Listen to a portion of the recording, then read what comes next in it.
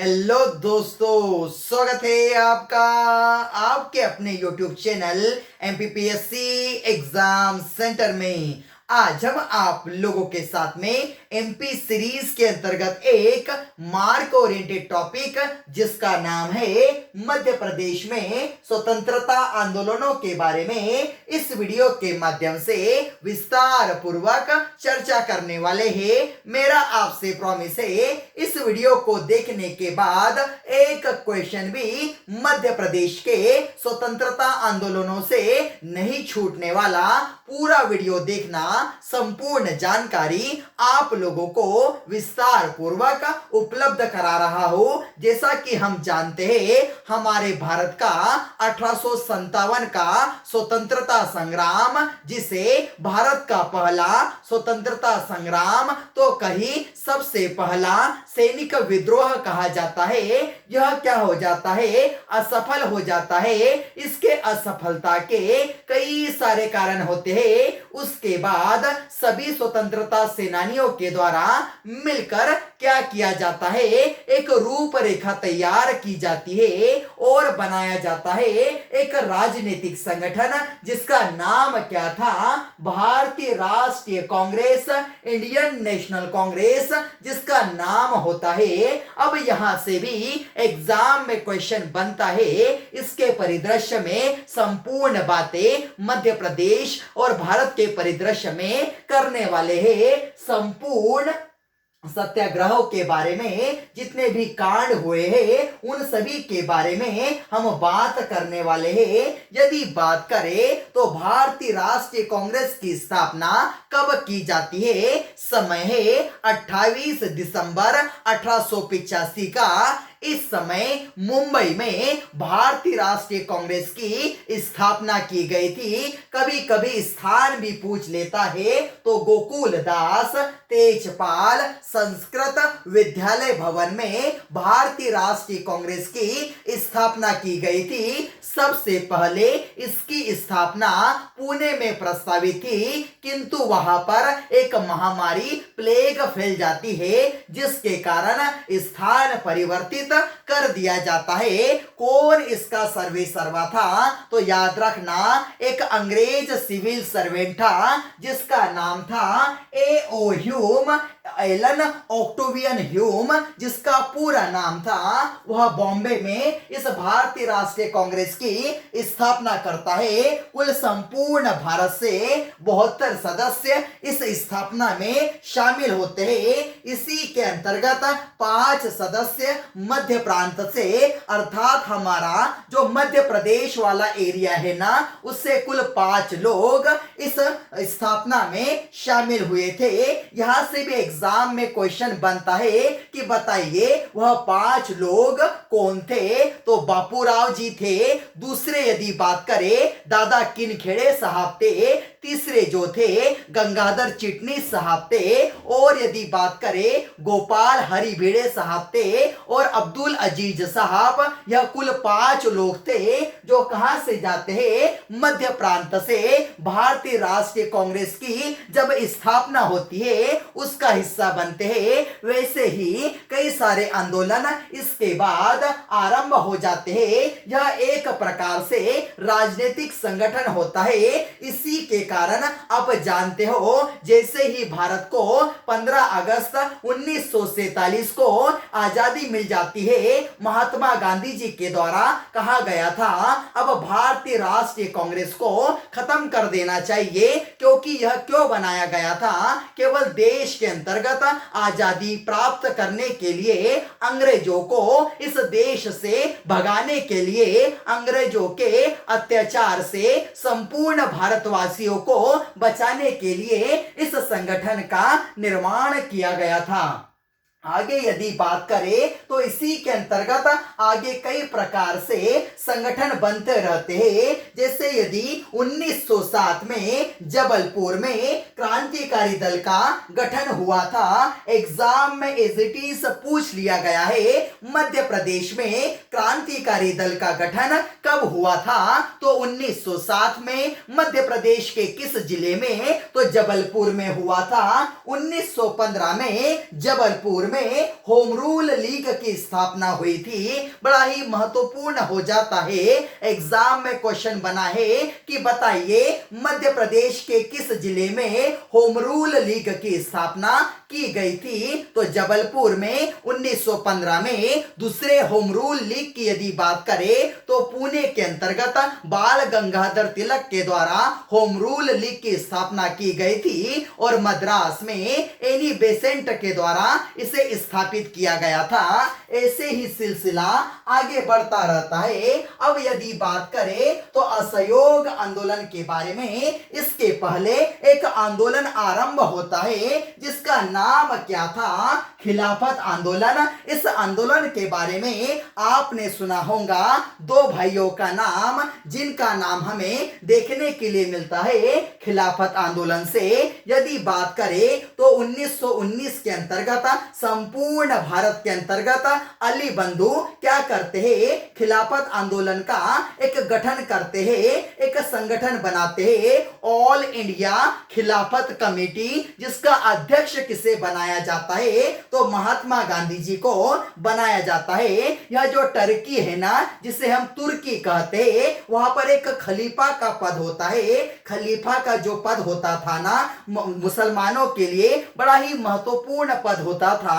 1914 से 1918 तक जब प्रथम विश्व युद्ध चलता है, उस समय अंग्रेज क्या आश्वासन देते हैं कि हम कभी भी इस खलीफा के पद को समाप्त नहीं करेंगे। किंतु जैसे ही प्रथम विश्व युद्ध खत्म होता है, अंग्रेजों के द्वारा इस खलीफा के पद को समाप्त करने की बातें प्रारंभ कर दी जाती है, जिससे संपूर्ण विश्व के मुसलमान एक हमारा संगठन बना लेते हैं। मध्य प्रदेश के अंतर्गत यदि बात करें तो इसी संगठन का नेतृत्व किसने किया था? यह भी एग्जाम में पूछ लिया जाता है। तो अब्दुल जब्बार खां के द्वारा खिलाफत आंदोलन जो था ना, उसका नेतृत्व किया गया था। वह क्या हो जाता है, किसी कारणवश यह जो टर्की है ना, उसका जो अंतिम खलीफा होते हैं अल बुकर्क जिनका नाम था, और अंग्रेजों के साथ संधि हो जाती है, खलीफा का पद समाप्त हो जाता है। उसके बाद हम महात्मा गांधी जी देखते हैं कि अब हिंदू और मुसलमान एकत्र हो गए हैं, जिसके कारण वह प्रारंभ करते हैं अगस्त 1920 में असहयोग आंदोलन। तो मध्य प्रदेश में असहयोग आंदोलन का नेतृत्व कौन करता है? एग्जाम में पूछा जाता है। तो प्रभाकर ढूंढीराज जटार साहब करते हैं। इस बात को भी नोट कर लो। और एग्जाम में ऐसा भी क्वेश्चन बना है कि जिस समय भारत छोड़ो आंदोलन प्रारंभ होता है 1942 के अंतर्गत, हम जानते हैं 8 और 9 अगस्त 1942 के अंतर्गत जैसे ही भारत छोड़ो आंदोलन का आरंभ होता है, उस समय होता क्या है, वह कहां से प्रारंभ हुआ था? मध्य प्रदेश के अंतर्गत जो ग्वालियर रियासत होती थी ना, उसी के अंतर्गत आता था विदिशा। तो विदिशा जिले से मध्य प्रदेश के अंतर्गत आरंभ होता है भारत छोड़ो आंदोलन। इस बात को भी नोट कर लो। जैसे ही क्या होता है, महात्मा गांधी जी के द्वारा क्या किया जाता है, कई प्रकार के आंदोलन प्रारंभ किए जाते हैं। तो हम जानते हैं एक आंदोलन के बारे में जिसका नाम क्या है, दांडी मार्च कर महात्मा गांधी जी के द्वारा नमक कानून तोड़ा गया था। बात कब की है? 12 मार्च 1930 को अहमदाबाद के साबरमती आश्रम से महात्मा गांधी जी अपने 78 साथियों के साथ निकल पड़ते हैं नवसारी, जो कि गुजरात का एक जिला है, उसी के अंतर्गत एक गांव का नाम है डांडी, जहां पर 6 अप्रैल 1930 को पहुंचकर नमक कानून तोड़ देते हैं। यहां से भी एग्जाम में क्वेश्चन बनता है। उसी से प्रेरित होकर हमारे मध्य प्रदेश के अंतर्गत कई सारे आदिवासी लोग और कई सारे कांग्रेस के कार्यकर्ता इस कार्य में सम्मिलित हो जाते हैं। इसके बाद पढ़ते हैं जैसे जंगल सत्याग्रह। यह सत्याग्रह किससे प्रेरित था? तो महात्मा गांधी जी के द्वारा 6 अप्रैल 1930 को जो नमक कानून तोड़ा गया था दांडी के अंतर्गत, जो कि नवसारी जिले में आता है, उसी से प्रेरित था। इसी के अंतर्गत क्या होता है, जंगल सत्याग्रह के बारे में एग्जाम में क्वेश्चन बनते हैं। कहां से आरंभ होता है? तो मध्य प्रदेश के बैतूल जिले से आरंभ हुआ था। कहां से? यदि पर्टिकुलर स्थान पूछ ले तो घोड़ा डोंगरी, जो कि क्या है, बैतूल की एक तहसील है। इस बात को नोट कर लो। कब आरंभ हुआ था? तो सन है 1930 का। इसके अंतर्गत होता क्या है, एक आदिवासी नेता, बड़े ही महत्वपूर्ण नेता थे, जो क्या करते हैं, ब्रिटिश साम्राज्य को कुचलने के लिए अपने साथियों के साथ में निकल पड़ते हैं। इनका नाम भी एग्जाम में पूछ लिया जाता है। गुंजन सिंह कोरकू के नेतृत्व में जंगल सत्याग्रह आरंभ किया गया था। यदि हम आगे बात करें तो क्या होता है, सभी आदिवासी भाई लोग कंधे पर कंबल डालकर, हाथ में लाठी लेकर ब्रिटिश साम्राज्य को कुचलने के लिए निकल पड़ते हैं। एग्जाम में किस टाइप का क्वेश्चन बनता है, सबसे पहले सुन लीजिए। जंगल सत्याग्रह मध्य प्रदेश के किस जिले में घटित हुआ था? तो बैतूल के घोड़ा डोंगरी में। कब हुआ था? 1930 में। कौन इसके नेतृत्व करता थे? तो गुंजन सिंह कोरकू साहब इसके नेतृत्व करता थे। आगे यदि बढ़े तो नमक सत्याग्रह के बारे में बात करते हैं। जैसे मैंने अभी आपको बताया, 6 अप्रैल 1930 को नवसारी जिले के डांडी नामक स्थान पर महात्मा गांधी जी के द्वारा नमक बनाकर नमक कानून को तोड़ा जाता है। उसी के अंतर्गत यदि मध्य प्रदेश में सबसे पहली बार जबलपुर में नमक सत्याग्रह किया जाता है। इसके अंतर्गत सेठ गोविंदास और याद रखना पंडित द्वारिका प्रसाद मिश्र जबलपुर में नमक सत्याग्रह करते हैं। जबकि सिवनी के अंतर्गत कौन सत्याग्रह करते हैं, ऐसा भी एग्जाम में क्वेश्चन पूछा जाता है। तो दुर्गा शंकर मेहता साहब सिवनी में क्या करते हैं, नमक सत्याग्रह। आगे यदि बढ़े तो झंडा सत्याग्रह की बात करते हैं। 8 मार्च 1923 को जबलपुर के अंतर्गत नगर पालिका जो भवन है ना, उसी पर एक डिप्टी कमिश्नर जो होता है, वह जो तिरंगा हमारा जो झंडा है ना, उसको फहराने से मना कर देता है।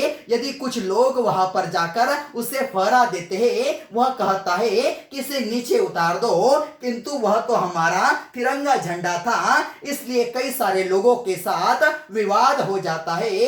इसी विवाद के अंतर्गत याद रखना पंडित सुंदरलाल शर्मा साहब को 6 माह का कारावास दे दिया जाता है। इसके अंतर्गत कौन कौन से सदस्य शामिल थे? तो सुभद्रा कुमारी चौहान जी थी, साथ ही साथ नाथुराम मोदी साहब भी इसी संगठन का हिस्सा थे। तो झंडा सत्याग्रह 8 मार्च 1923 को 3 सदस्य महत्वपूर्ण इसमें शामिल थे। चरण पादुका नरसंहार के बारे में बात करते हैं।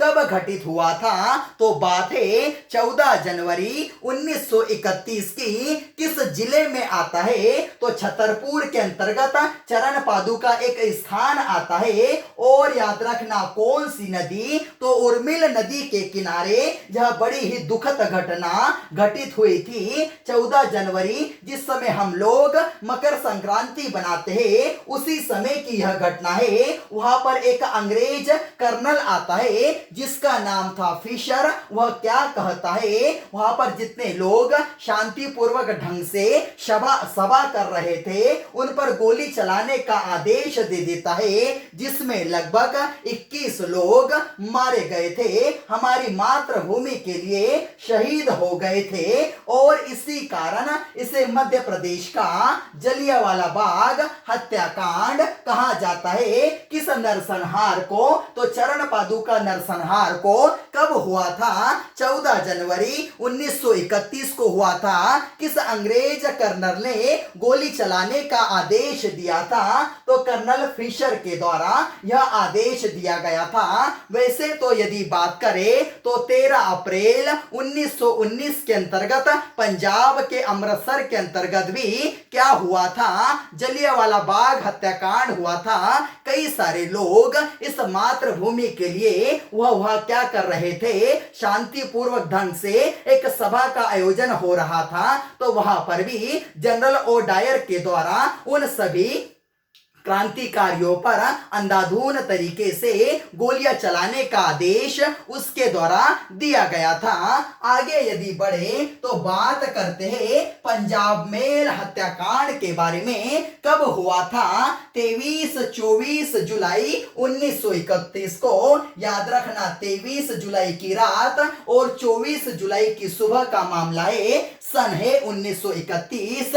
स्थान कौन सा है? तो खंडवा है। पंजाब जो है ना, पंजाब मेल अर्थात यह एक ट्रेन का नाम है जो अमृतसर जो पंजाब से निकलती है और मुंबई तक जाती है। उसी के अंतर्गत खंडवा नामक जो जंक्शन आता है ना, वहां पर यह घटना घटित हुई थी, जिसके अंतर्गत वीर यशवंत सिंह, जिनका संबंध दमोह से था, देवनारायण तिवारी साहब और दलपत राव साहब क्या करते हैं? अंग्रेज एक जो कर्नल था जिसका नाम था हेक्सल, उसकी हत्या कर देते हैं और उसका कुत्ता भी साथ में था, उसे भी मार देते हैं। तो याद रखना, उसके बाद क्या होता है? खंडवा अदालत के अंतर्गत केस चलता है। वीर यशवंत सिंह और देवनारायण तिवारी साहब को फांसी दे दी जाती है और दलपत राव को क्या दिया जाता है? काला पानी की सजा दी जाती है। यहां से भी एग्जाम में क्वेश्चन बनता है। संभवतः ऐसा माना जाता है संपूर्ण मध्य प्रदेश के अंतर्गत सबसे पहली बार काला पानी की सजा पाने वाले व्यक्ति कौन थे? तो दलपत राव साहब थे। इस बात को भी नोट कर लो। आगे आते हैं, सोहावल का नरसंहार के बारे में पढ़ते हैं। कहां पर हुआ था? तो मध्य प्रदेश के सतना जिले की यह घटना है। 10 जुलाई 1938 के अंतर्गत यह नरसंहार हुआ था। इसमें होता क्या है? लाल बुद्ध प्रताप सिंह, रामाश्रय गौतम साहब और याद रखना मंदिर पांडे साहब एक करते हैं, एक मीटिंग का आयोजन करने के लिए जाते हैं। रस्ते के अंतर्गत अंग्रेजों के द्वारा एक गांव है मांजन नामक गांव पर इन तीनों की हत्या कर दी जाती है गोली मारकर। इसीलिए कभी कभी इस हत्याकांड को या नरसंहार को जाना जाता है मांजन गोली हत्याकांड के नाम से भी। इस बात को भी नोट कर लो। आगे आते हैं, महिला सेवा दल के बारे में बात करते हैं। राष्ट्रीय स्वतंत्रता आंदोलन के प्रणेता जिनका नाम क्या था? स्वामी ज्ञानानंद। इनके द्वारा क्या किया जाता है? 1928 के अंतर्गत कांग्रेस समिति का गठन किया जाता है। इसके अध्यक्ष किसे बनाया जाता है? तो उमरा खान को इसका अध्यक्ष बनाया जाता है। और क्या होता है? इन्हीं के द्वारा 3 साल बाद 1931 के अंतर्गत किसका गठन किया जाता है? तो रतलाम में महिला सेवा दल का गठन किया जाता है। एग्जाम में यहां से भी क्वेश्चन बना है, महिला सेवा दल का गठन कहां पर किया जाता है? तो रतलाम में कब किया गया था? 1931 के अंतर्गत किया गया था। झाबुआ प्रजामंडल के बारे में बात करते हैं। वैसे तो कई सारे प्रजामंडल हमारे मध्य प्रदेश में बनते हैं। इसके अंतर्गत झाबुआ प्रजामंडल, भोपाल प्रजामंडल और रतलाम प्रजामंडल। यह जो रतलाम प्रजामंडल है ना, वह 1935 के अंतर्गत किसानों को और सभी जितने भी मजदूरों को एकत्र कर कर विदेशी वस्तुओं का बहिष्कार करने के लिए बनाया गया था। झाबुआ प्रजामंडल भी 1934 के अंतर्गत बनाया जाता है। इसके द्वारा शराबबंदी की बात की जाती है। हमारे हरिजन भाइयों के उद्धार की बात कही जाती है एवं विदेशी वस्तुओं का बहिष्कार किस प्रकार से किया जाए यह झाबुआ प्रजामंडल के द्वारा निर्णय किया जाता है। इसी के अंतर्गत याद रखना, कर वृद्धि विरोधी आंदोलन कहां पर आरंभ किया गया था, तो झाबुआ में चलाया गया था। किस वर्ष चलाया गया था, तो 1935 में इस आंदोलन को चलाया गया था। आगे यदि बात करें, अंजुमन खुद्दम ए वतन की स्थापना कब की जाती है, 1934 में भोपाल में की जाती है। मौलाना तरजी मशरकी खान के द्वारा इसकी स्थापना की जाती है। साथ ही साथ शाकिर अली खां भी इसके साथ में जुड़ जाते हैं। आगे यदि बात करें, भोपाल हिंदू सभा बड़ा ही महत्वपूर्ण हो जाता है। कब स्थापित की जाती है, 1937 में भोपाल में ही स्थापित की जाती है। किसके द्वारा, किसके नेतृत्व में इसे स्थापित किया जाता है, तो मास्टर लाल सिंह के नेतृत्व में इसे स्थापित किया जाता है। उसी के बाद में अगले साल भोपाल राज्य प्रजामंडल बनाया जाता है 1938 के अंतर्गत। और विदेशी वस्तुओं का जो बहिष्कार है ना, हम यदि देखें, जो एक रियासत हुआ करती थी सीहोर रियासत, उसी के अंतर्गत था हमारा पहले मध्य प्रदेश की राजधानी भोपाल। वहां पर भी विदेशी वस्तुओं का बहिष्कार किया जाता है। आगे यदि बढ़े, भोपाल जलियांवाला बाग हत्याकांड के बारे में बात करें, यह कब घटित होता है।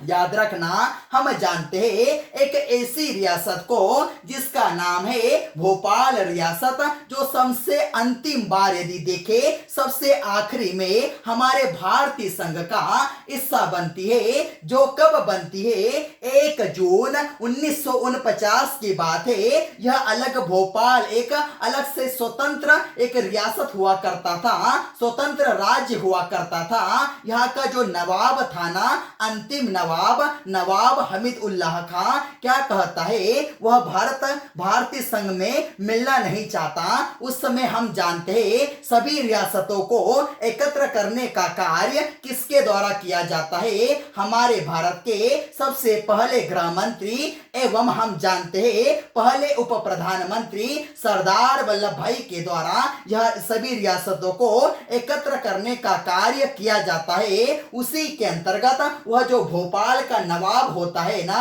उस पर प्रेशर डालकर उसे डरा धमकाकर उससे यह कार्य कर लिया जाता है। तभी से हमारा जो भोपाल है ना, हमारे भारतीय संघ का हमेशा हिस्सा था और हमेशा हिस्सा रहा है। तभी उसके अंतर्गत एक विलय पत्र पर हस्ताक्षर किए जाते हैं और 1 जून 1949 को भारतीय संघ का हिस्सा बन जाता है भोपाल रियासत। इस बात को भी नोट कर लो। किंतु 14 जनवरी 1949 की बात है, उस समय रायसेन के अंतर्गत नर्मदा नदी पर हमारा जो तिरंगा झंडा है ना, उसे फहराने को लेकर स्थानीय लोग और यह जो नवाब का जो सेनापति होता है जिसका नाम था जाफर अली खां के बीच में संघर्ष हो जाता है। इसके अंतर्गत होता क्या है, बड़े ही महत्वपूर्ण थे बैजनाथ गुप्ता साहब, मंगल सिंह साहब, विशाल सिंह साहब और बड़े ही महत्वपूर्ण छोटे लाल साहब। यह लोग क्या करते हैं, यह जो अंग्रेज सेनापति है ना, उससे भिड़ जाते हैं। तो इस नवाब सेना से भिड़ जाते हैं और नवाब सेनापति क्या करता है, इन सभी की गोली मारकर हत्या कर देता है। उसी के अंतर्गत क्या होता है, इसीलिए इस हत्याकांड को भोपाल जलियांवाला बाग हत्याकांड की उपमा दी जाती है। इस बात को भी नोट कर लो। हमारे देश के कई सारे ऐसे क्रांतिकारी, और यदि मध्य प्रदेश की बात करें तो मध्य प्रदेश के ऐसे कई सारे स्वतंत्रता सेनानी जिन्होंने इस भारत मां के लिए और हमारी इस मातृभूमि के लिए अपना सर्वस्व त्याग दिया है, उन सभी के बारे में भी मैंने आपको मध्य प्रदेश के प्रमुख स्वतंत्रता सेनानियों के बारे में इस एक वीडियो के माध्यम से संपूर्ण जानकारी दी है। उस वीडियो को भी पूरा देखना। रीवा का चावल आंदोलन शायद आपको नहीं दिख रहा हो, कब हुआ था? फरवरी 1947 के अंतर्गत हमें आजादी मिलने के 4-5 महीने पहले की घटना है। जबरिया लेवही वसूली के संबंध में यह एक जो आंदोलन हुआ था। और यहाँ पर क्या होता है, त्रिभुवन तिवारी और भैरव प्रसाद को क्या कर दिया जाता है, जो रीवा राज्य हुआ करता था, जो विंध्य प्रदेश हुआ करता था ना, उसी की राजधानी हुआ करता था रीवा, वहां के सैनिकों के द्वारा इनकी हत्या कर दी जाती है। और अर्थात यदि हम देखें वाला जो एरिया होता है ना, वहां पर सबसे ज्यादा बघेलखंड वाला एरिया आ जाता है, बुंदेलखंड वाला। वहां पर क्या होता है, बघेलखंड के अंतर्गत हम जानते हैं सबसे ज्यादा चावल का प्रोडक्शन होता है। उसी के अंतर्गत जबरिया लेबही वसूली की जाती है, जिसलिए से रीवा का चावल आंदोलन की उपमा दी जाती है, या रीवा का चावल हत्याकांड के नाम से भी इस आंदोलन को जाना जाता है।